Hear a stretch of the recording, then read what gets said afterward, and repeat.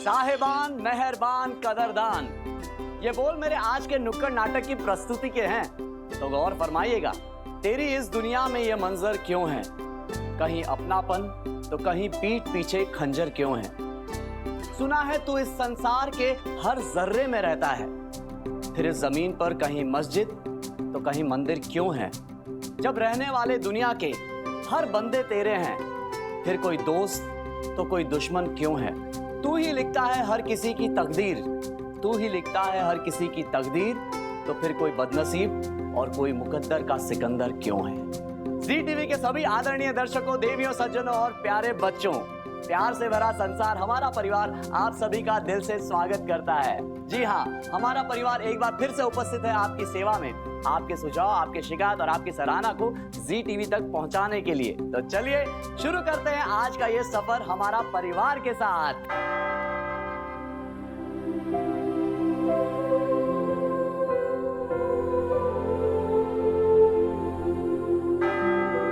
भवतु सब मंगलम। साधु साधु साधु।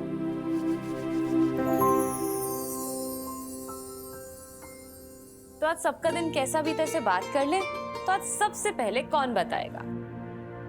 जीजू, आज आपसे शुरू करें। शिवानी, आज का दिन हमारा बहुत बढ़िया था। आज मैरिज ब्यूरो में काफी चहल पहल था। तो भैया, अगर मैरिज ब्यूरो में काफी चहल पहल है तो समझ जाओ दिन कैसा गया होगा।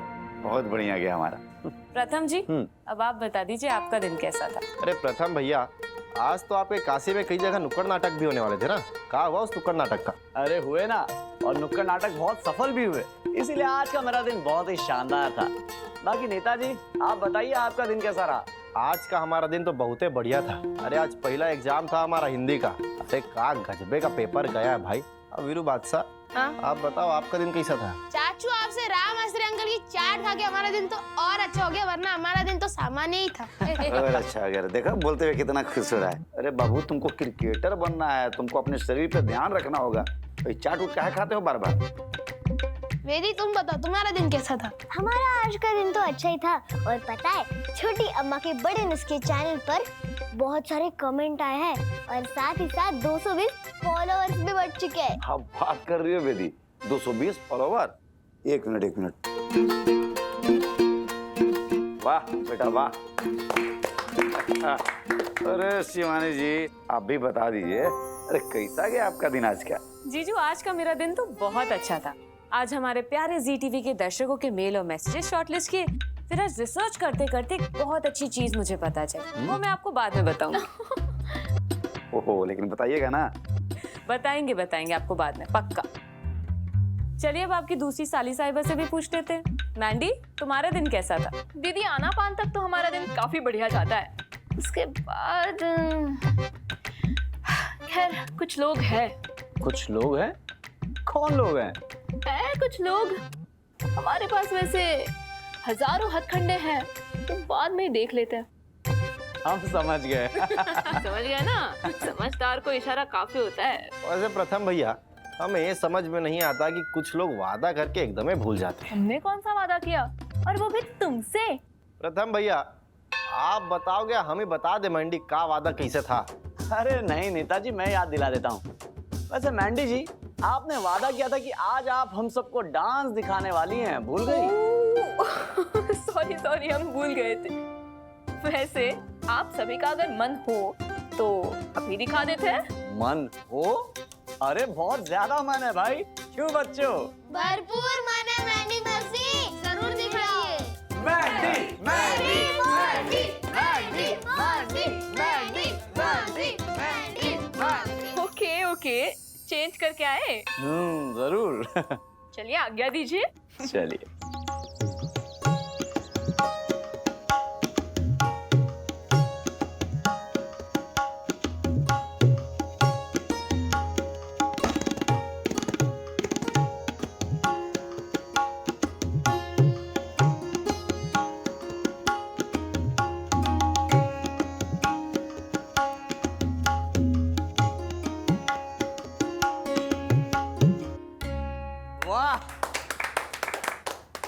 क्या बात है साली साहिबा, क्या शानदार प्रस्तुति थी, मजा आ गया। मजा आ गया। Thank you thank you thank you.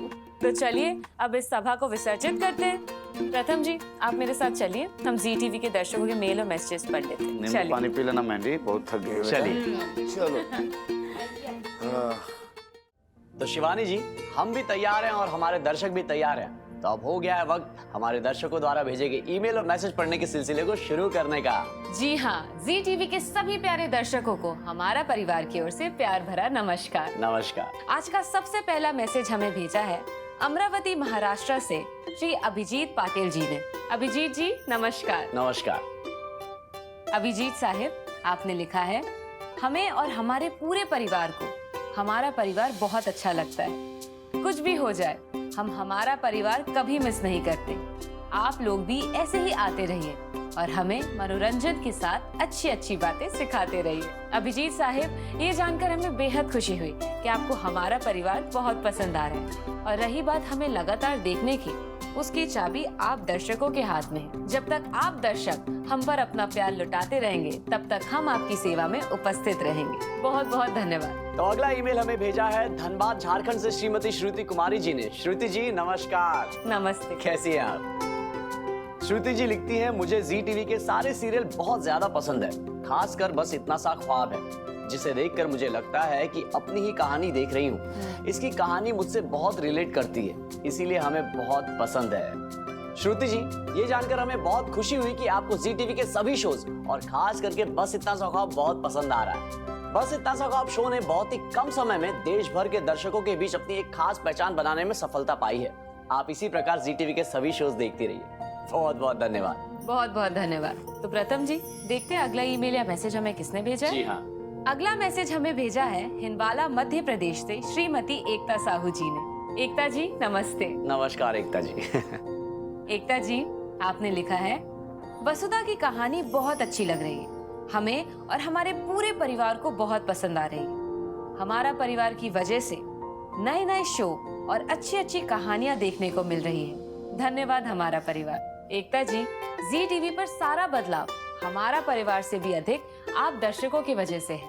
आप जो हमें मेल और मैसेजेस में अपने सुझाव, शिकायतें और सराहना भेजती हैं, उसे जी टीवी की प्रोग्रामिंग और मैनेजमेंट टीम बहुत गंभीरता पूर्वक लेती है। जांच करने के बाद दर्शकों की पसंद के अनुसार बदलाव लाए जाते हैं। आपको और आपके पूरे परिवार को बहुत बहुत धन्यवाद। अगला मैसेज हमें भेजा है रूपनगर पंजाब से श्रीमती सर्वजीत कौर जी ने। सर्वजीत जी नमस्कार और सत श्री अकाल। सत श्री अकाल। सर्वजीत जी लिखती हैं, जी टीवी के शो जाने अनजाने हम मिले में राघव को रीत की थोड़ी बहुत फिक्र नजर आ रही है, वो काफी अच्छा लग रहा है। सर्वजीत जी, आपको जी टीवी का शो जाने अनजाने हम मिले में राघव का रीत के प्रति फिक्रमंद होना बहुत अच्छा लग रहा है। ये जानकर हमें बहुत खुशी हुई। आप इसी प्रकार जी टीवी के सभी शोज देखती रहिए। बहुत बहुत धन्यवाद। अगला मैसेज हमें भेजा है मुंबई महाराष्ट्र से श्री सागर करूथिया जी ने। सागर जी नमस्कार। नमस्कार सागर जी। सागर जी, आपने लिखा है, भाग्य लक्ष्मी शो में मलिष्का का सच बाहर लाइए। प्लीज इस ट्रैक को इतना मत खींचिए, शो बहुत बोर हो गया है। सागर जी, शिकायत भेजने के लिए बहुत बहुत धन्यवाद। वैसे जी टीवी और हमारा परिवार का ये मानना है कि इंसान उसी से शिकायत करता है जिसे वो अपना मानता है।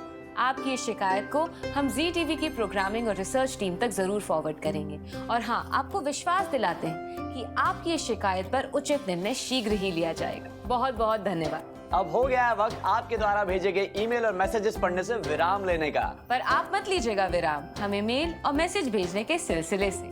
अब इससे पहले कि मैं और प्रथम जी हमारा परिवार के बीच जाए, आज जी टीवी पर प्रसारित होने वाले सभी शोज की हम आपको फटाफट से जानकारी दे देते हैं। तो देखिए, शाम 7 बजे बस इतना सा ख्वाब। आइए देखते हैं शो की कुछ झलकियां। पापा, तमन्ना आंटी की पतंग क्यों नहीं काट रहे हो? काटो ना पापा।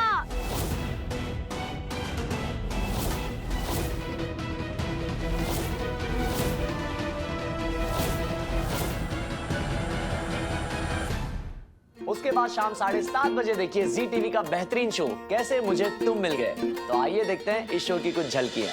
तुम इतनी रात गए कहाँ जा रही हो? डीएनए टेस्ट करवाने। मैं जानती हूँ मैम, हमने विराट सर को पहचानने में कोई गलती नहीं की। ये रणवीर ही विराट सर है। मैं प्रूव कर दूंगी। आपकी रिपोर्ट।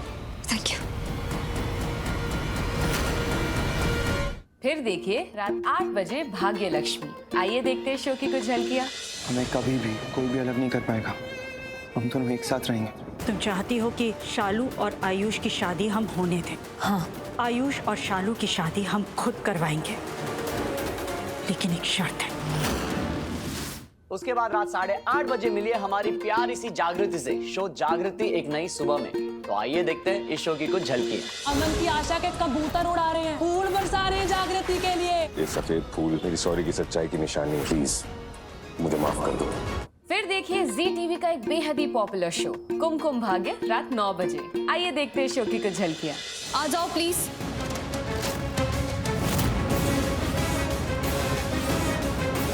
किसने तुम्हें पैसे दिए थे मुझ पर वो झूठा इल्जाम लगाने के लिए? मोनिशा ने पैसे दिए थे मुझे। उसके बाद रात 9:30 बजे देखिए जाने अनजाने हम मिले। तो आइए देखते हैं कि इस शो में क्या होने वाला है। तुम यहाँ क्या कर रहे हो? अब अच्छी तरह जानते हो मैं यहाँ क्यों आया हूँ राघव सूर्यवंशी। ध्रुव छोड़, क्या कर रहा है? छोड़ राघव का। क्या कर रहा था ध्रुव? इनसे पूछ इन्होंने क्या किया है, मुझे मेरी नौकरी से निकलवाया। अपने पैसे का बहुत घमंड है ना आपको, मेरा भी वक्त आएगा, मैं भी पैसा कमाऊंगा और इतना कमाऊंगा कि आपके सामने आके आपको टक्कर दूंगा। फिर मिलिए रात 10 बजे हमारी प्यारी वसु से, शो वसुधा में। आइए देखते हैं शो की कुछ झलकियां। ये लेप किसने लगाया? क्यों डॉक्टर, ये लेप नहीं लगाना चाहिए था क्या? अब अनपढ़ नौकरानी डॉक्टर बनकर इलाज करेगी तो ऐसे ही होएगा ना। कहीं देर से की तबीयत और तो ना बिगड़ गई। यो नौकरानी तो गई काम से। उसके बाद रात 10:30 बजे देखिए जी टीवी का एक धमाकेदार शो जमाई नंबर 1। तो आइए देखते हैं जमाई नंबर 1 की धमाकेदार झलकियां। ये बात जी, आप बेहोश कैसे हो गई? और रिद्धि का वो गुंडे ऋतिक को लेकर गए। मैंने कहा ना गाड़ी रोको। चुप हो जा, बहुत हाथ पैर चल रहा है ना, अभी बताता हूँ तुझे।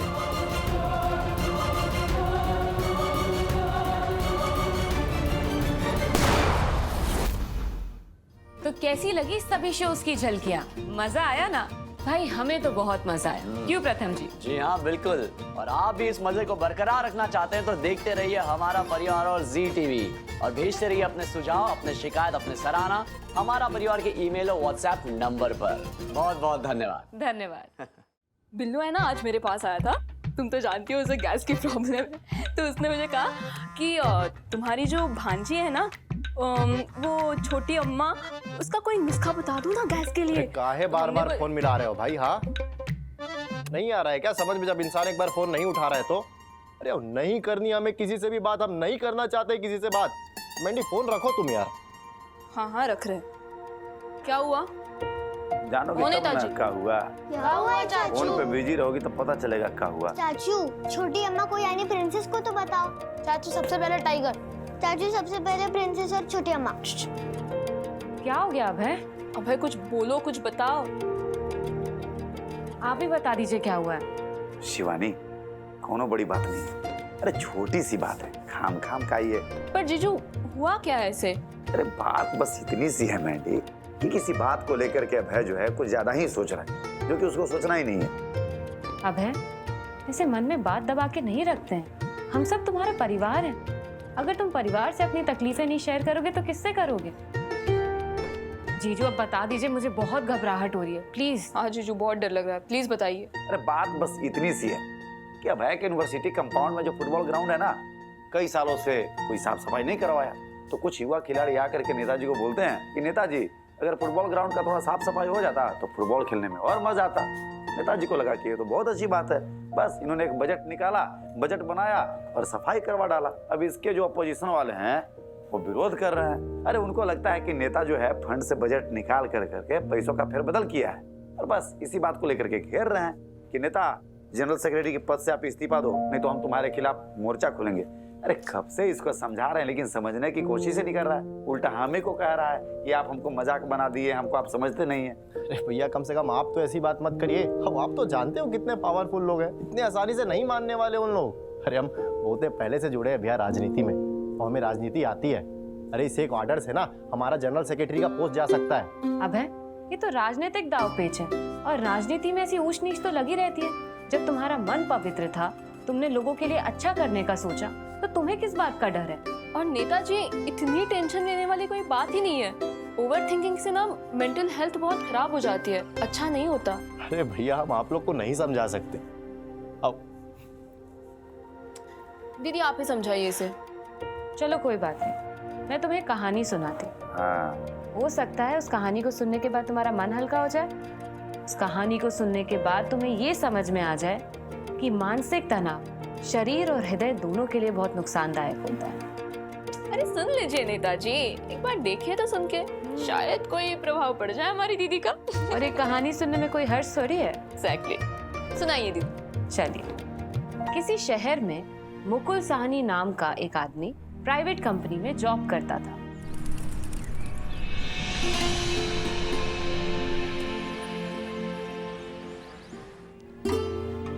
मुकुंद अपनी जिंदगी से बहुत परेशान था। हर समय वो किसी न किसी समस्या से घिरा रहता था।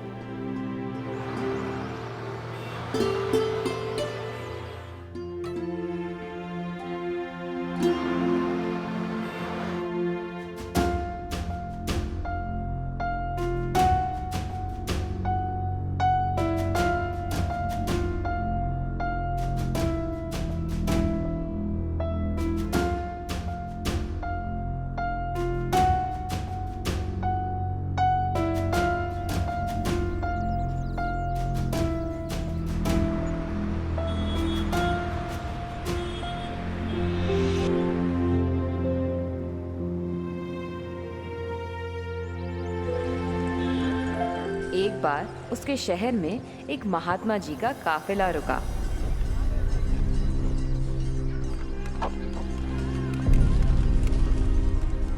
शहर में चारों ओर उन्हीं के चर्चे थे। बहुत से लोग अपनी अपनी समस्याएं लेकर उनके पास पहुंचने लगे। मुकुंद ने भी महात्मा जी के दर्शन करने का निश्चय किया। शनिवार के दिन सुबह सुबह वह महात्मा जी के पास जा पहुंचा। लंबे इंतजार के बाद मुकुंद का नंबर आया। उसने महात्मा जी से कहा, महाराज, मैं अपने जीवन से बहुत दुखी हूँ। हर समय समस्याएं मुझे घेरे रहती हैं। कभी ऑफिस की टेंशन रहती है तो कभी घर पर अनबन हो जाती है और कभी अपनी सेहत को लेकर परेशान रहता हूँ। मुझे कोई ऐसा उपाय बताइए कि मेरे जीवन से सभी समस्याएं समाप्त हो जाएं और मैं चैन से जी सकूं। मुकुंद की बात सुनकर महात्मा जी मुस्कुराए और बोले, आज बहुत देर हो गई है, कल रविवार है, तुम्हें अपने काम पर भी नहीं जाना है। इस कारण मैं तुम्हारे प्रश्न का उत्तर कल सुबह दूंगा। पर क्या तुम मेरा एक छोटा सा काम करोगे? हमारे काफिले में 100 ऊंट हैं। मैं चाहता हूं कि आज रात तुम इनका ख्याल रखो। जब 100 के 100 ऊंट बैठ जाएं, तब तुम भी सो जाना। इतना कहकर महात्मा जी अपनी कुटिया में चले गए। अगली सुबह महात्मा जी मुकुंद के पास आए और उन्होंने उससे पूछा, मुकुंद बेटा, नींद तो अच्छी आई? कहा महात्मा जी, मैं तो एक पल भी नहीं सो पाया। मैंने बहुत कोशिश की पर मैं सभी ऊंटों को नहीं बैठा पाया। कोई ना कोई ऊंट खड़ा हो ही जाता था। सारी रात यही अफरा तफरी चलती रही, पर सुबह होते होते सारे ऊंट अपने आप बैठ गए। तब मैंने भी नींद की छोटी सी झपकी ले ली। महात्मा जी ने मुस्कुरा के कहा, मुकुंद बेटा, कल तुमने जो प्रश्न किया था, ऊंटों का न बैठना ही उसका उत्तर है। चाहे कितनी भी कोशिश कर लो, सारे ऊंट एक साथ नहीं बैठते।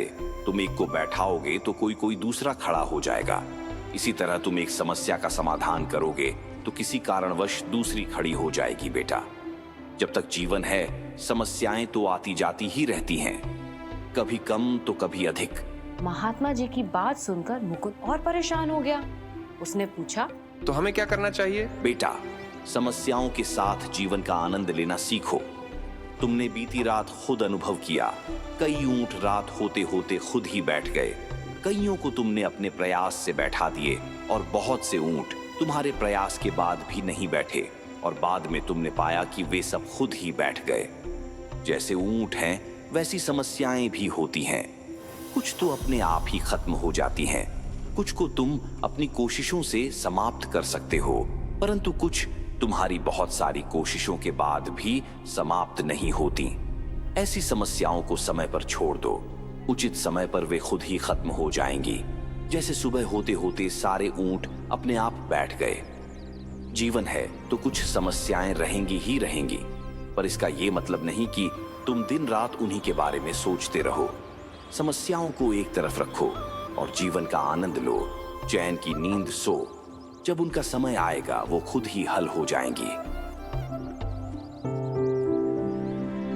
क्या बात है। ये नेताजी खोपड़िया में ट्यूबलाइट फ्लिकर की कि नहीं की? अभय, कहानी से कुछ समझ आया तुम्हें कि नहीं? भाभी, गुरुजी ने मुकुंद साहनी को बहुत ही अच्छी शिक्षा दी है। हमें जो समझना था हम समझ लिए। अब आगे से बिल्कुल भी ओवर थिंकिंग नहीं करेंगे। पूरा का पूरा जो हमारा फोकस है ना, वो अपने कार्य पे करेंगे। हाँ, शुरुआत में हमें ऐसा लग रहा था कि हम समझ नहीं पाएंगे, लेकिन कहानी के अंत तक हमें सब कुछ समझ में आ गया। बहुत बहुत धन्यवाद भाभी। तो हमारे प्यारे जी टीवी के दर्शकों, ऐसी प्रेरक कहानियों का दौर तो हमारा परिवार में चलते ही रहता है, जिससे हम और आप बहुत कुछ सीख पाते हैं। आपने देखा कि आज की कहानी में कैसे हमारे नेताजी, जो एक छोटी सी बात को लेकर के बहुत ज्यादा चिंतित थे, शिवानी ने एक प्रेरक कहानी सुनाई और उनका मूड हल्का हो गया। हमारे प्यारे दर्शकों, अगर आगे भी आप चाहते हैं कि ऐसी प्रेरक कहानी आपको सुनाई जाती रहे, तो उसके लिए आपको हमारा परिवार और जी टीवी के साथ जुड़े रहना होगा।